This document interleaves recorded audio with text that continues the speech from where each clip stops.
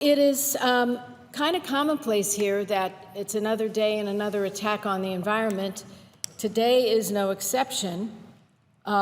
Today it's an attack on the Clean Water Act.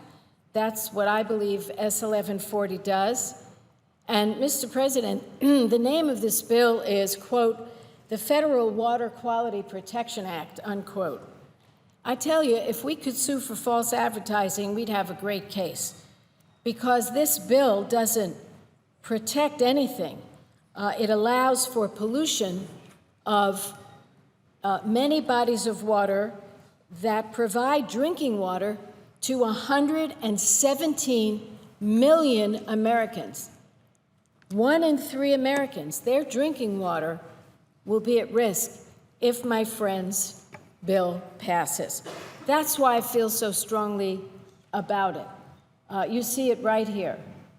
117 million Americans are served by public drinking water systems.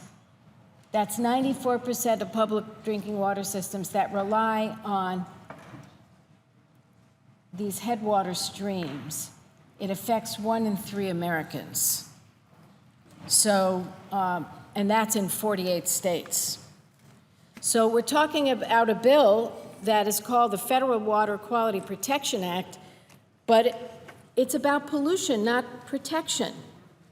And in a way, when we name these bills the opposite of what they are, remember, this is called the Federal Water Quality Protection Act, when in fact it is going to lead to contamination of waterways. It reminds me of the book 1984, where the government is making sure people believe different things, and they have slogans like war is peace, war is peace.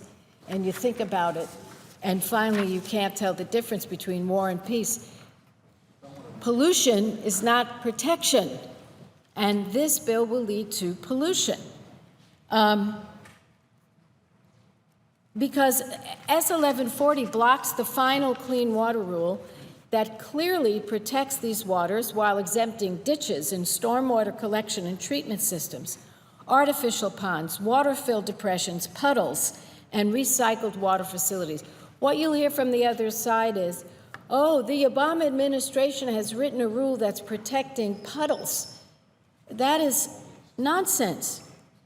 The fact is, the Clean Water Rule is going to bring certainty to the Clean Water Act, and it's going to protect the drinking water of 117 million Americans, and yet my Republican friends want to stop it. And the exemptions that are in there would be gone. Not only the exemption from ditches, stormwater collection, artificial ponds, water-filled depressions, puddles, and recycled water facilities, but also the exemptions for agriculture and forestry. Is that right? So we're going to have a situation where there's more chaos surrounding our water laws. It's going to lead to confusion for businesses and landowners. And it's going to take us back to square one to figure out a whole other rule. And following 2 Supreme Court decisions, we shouldn't pass legislation that would create even more uncertainty and invite years of new litigation. Now, the other thing you hear from the other side is, oh, this clean water rule that Obama administration wrote, they didn't listen to the public. Well, more than 1 million comments were received during a comment period that lasted over 200 days. And Mr. President, 400 outreach meetings with stakeholders and state and local governments were conducted. So this bill, by sending us back to square one, ignores this robust outreach, and it will wind up wasting millions of taxpayer dollars, forcing EPA to go right back to square one. How many more comments do these friends of mine on the other side of the aisle want? My God, 400 outreach meetings over 200 days and more than 1 million comments. It makes no sense to me. So nothing is more important than protecting the lives of the American people. And when we weaken the Clean Water Act, that's what we do. Now, I'm going to show you a photograph. This was the Cuyahoga River in Cleveland, Ohio, decades ago. And it caught on fire. It caught on fire because there was no regulation, and there were all kinds of toxics on this waterway. Our lakes were dying, and this one, when the people saw it on fire, they said, enough is enough. They demanded the Clean Water Act. We passed it. I wasn't here then. It was 1972 by an overwhelming bipartisan majority. And we have made tremendous progress, Mr. President. Today, our rivers, lakes, and streams are far cleaner than they were. And the Clean Water Act has been one of our most successful laws. Let's look at the support for the Clean Water Act. This is unbelievable when you see this. And this is overwhelming public support for the Clean Water Rule that my friends on the other side of the aisle, the Republicans, want to stop in its tracks. 79% of voters think Congress should allow the Clean Water Rule to move forward. 80% of small business owners support protections for upstream headwaters in the EPA's new Clean Water Rule. So somebody has to explain it to me, and I'm sure my friends will try to, and I will look forward to hearing their reasoning, why they're going against 79% of the voters and 80% of small businesses. It makes no sense. The bill takes us in the wrong direction, That is why over 80 scientists with expertise in the importance of streams and wetlands, as well as the Society for Freshwater Science, oppose this bill. And I've received opposition letters from so many groups, I'm going to read them to you. And as I read these groups, think about these groups.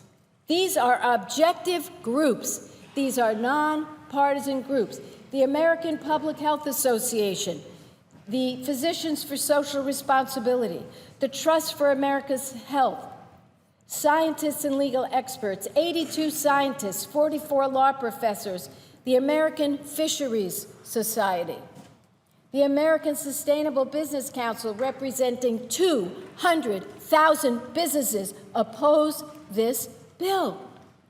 35 U.S. breweries. Now, that's kind of interesting.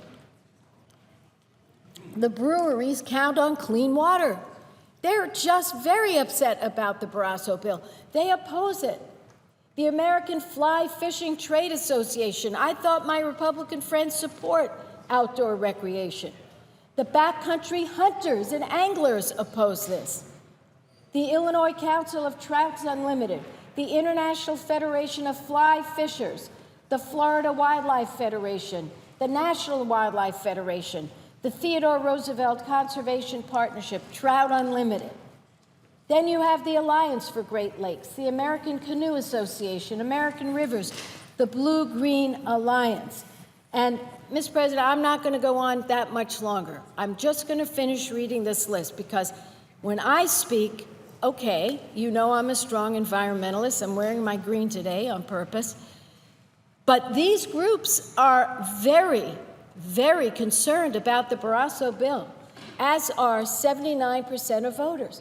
Now, here are the other groups that weighed in. Blue Stream Communications, California River Watch, Central Ohio Watershed Council.